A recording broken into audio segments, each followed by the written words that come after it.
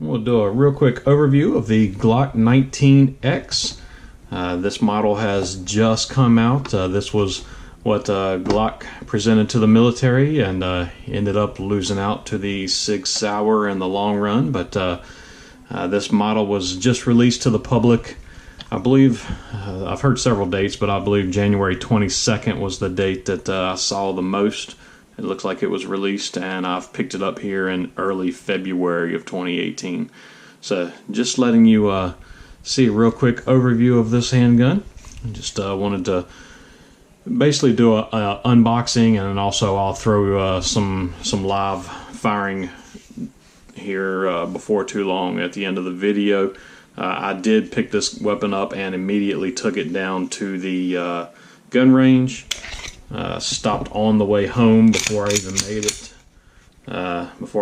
Home to put a few rounds down range, and just wanted to kind of show you what I believe, what I think of it. I have installed what they call the medium-sized dovetail here.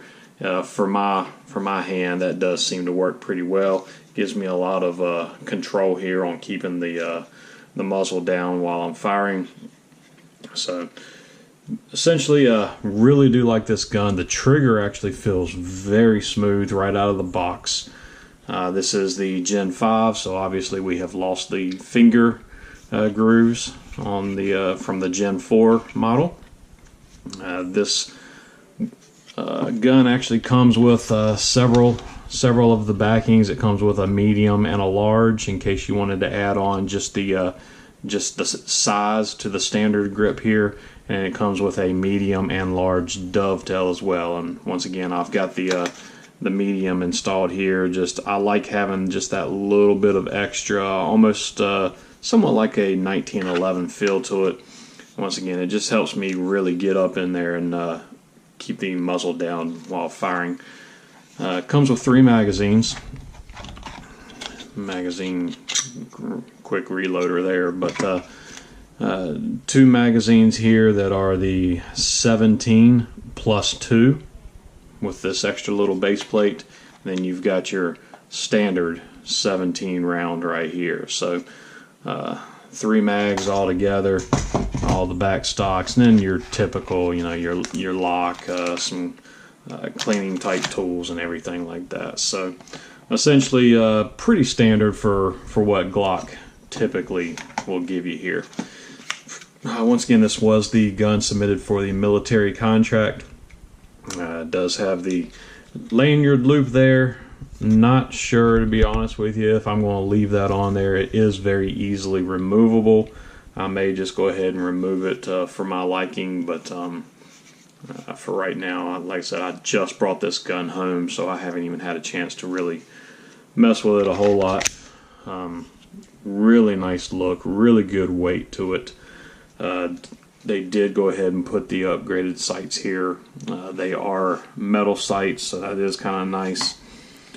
Don't really know a whole lot about Glock's typical white sights here. I run the Trigicon HD sights on some of my other weapons, so not sure if I'll be leaving these on here or not, but I just wanted to kind of show you a brief little overview here of kind of what it looks like from behind. And I'll throw some firing at the end just of this video, just so you can kind of see what it does. But basically, just like any other Glock here, as far as function, as far as feel, the big difference here for the 19X, and there's a lot of controversy over it, just depends on how you look at it, but they did go with the full-size grip with the shorter slide here. So we've got the Glock 17 grip with the Glock 19 slide.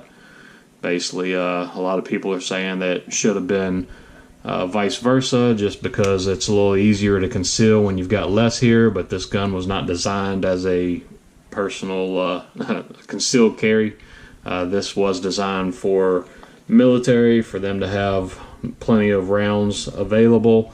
And as far as firing, they have done some things to lessen the recoil here.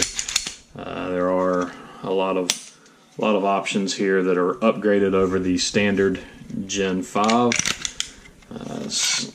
A lot of the housing down in here, everything is the same as your Gen 5. The big difference that I can feel is this trigger. The trigger just feels a whole lot smoother. Mine's still coming in maybe just a smidge over a 5.5 pound trigger. I know that every Glock's a little bit different, but mine's coming in somewhere pretty close to a 5.5 pound trigger. They did go with the ambidextrous slide release here. Also, obviously, you can change your mag release. It's not ambidextrous, but you can change it from side to side, so that's pretty much to be expected. This slide here is just a beautiful look. It's probably pretty hard to see it in this video, but it's almost like a gold color to it. But this color is actually factory right from Glock, so it is actually baked into this slide, so the color will not show if you get a scratch on it or what have you. It's not like it's going to show up silver underneath or anything. Metal night sight, or not night sights, but metal Glock sights come straight from the factory. Still learning a whole lot about it, but this recoil spring apparently is designed to assist with your felt recoil, but the breakdown, everything as far as field stripping is just like any other Glock. I haven't seen any major differences here. Put this back together here.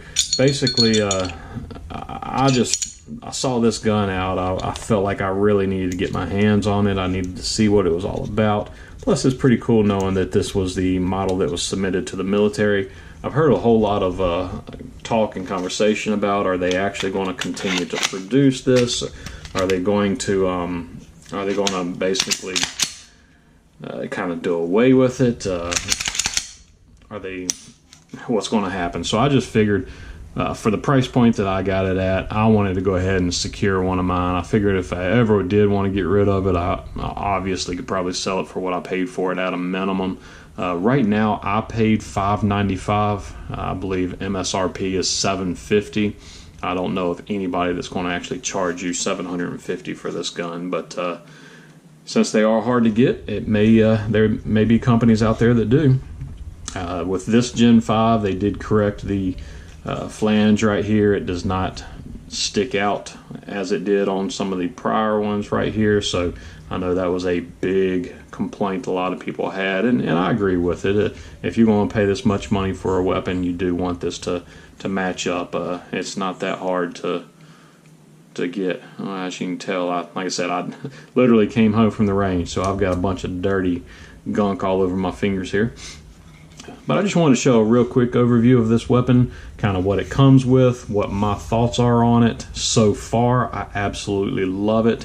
I have not done anything to the trigger other than just bring this thing home and shoot probably about 100 to 150 rounds through it before I made it home. So did get a good amount of rounds through it. The felt recoil is very good. The trigger feels smooth. It is still a hair over 5.5 pounds, but for some reason it just feels a little smoother than all the other Glocks that I have. So I just wanted to throw a little video out here. I hope you've liked it. Hope this gives you a little bit of a thought, an idea of, yay or nay if you're leaning one way or the other. I will not be without this weapon. I'm pretty sure it's going to be a staple in my range bag for sure. I personally will not be carrying it. It is a little too bulky for my taste as far as a carry weapon. Maybe if I'm going on a long camping trip and I can leave it somewhere in a bag or something like that. But as far as putting it on my person, it is a little bit large for my taste. I've got the Glock 26 for that matter, so that seems to work for me just perfect. But I'm going to throw a few live firings here just so you can see some of the felt recoil. I know it's kind of hard in a video, but I do just want you to see it. So take care. I hope you have a great day.